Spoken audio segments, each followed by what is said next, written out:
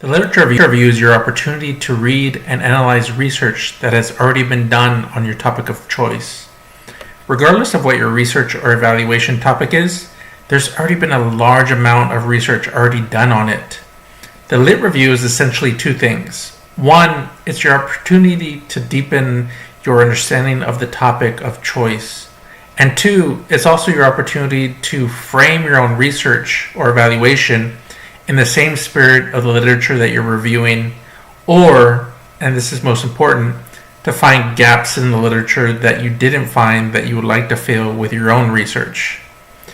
I often refer to the lit review as quilting.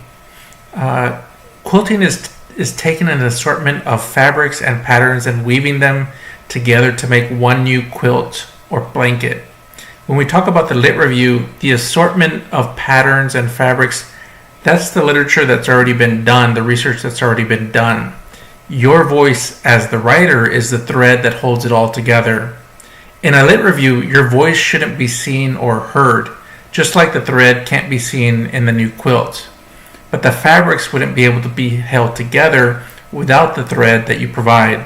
Same goes for your literature review. Your voice will be there, it just won't be heard or seen. It'll be the thing that holds the fabrics together. As you begin to deepen your understanding of the literature review, themes will begin to emerge. I often call these themes buckets, the big buckets that we are filling with literature that we're reviewing.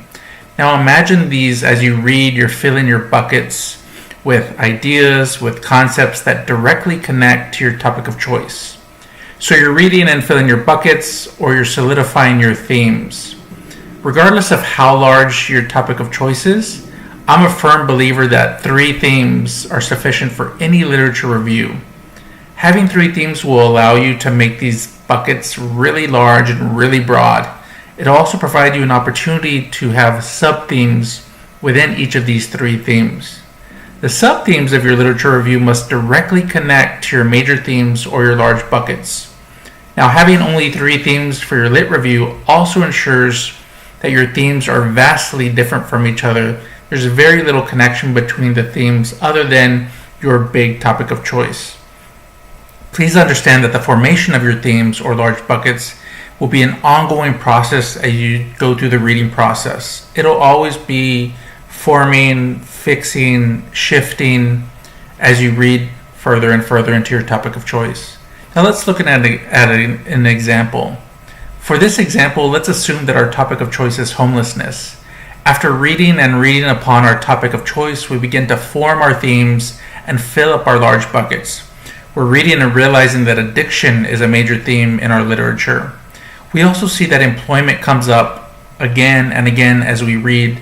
And then lastly, we begin to understand that there are specific Latino issues that are connected to homelessness that we're reading in the literature.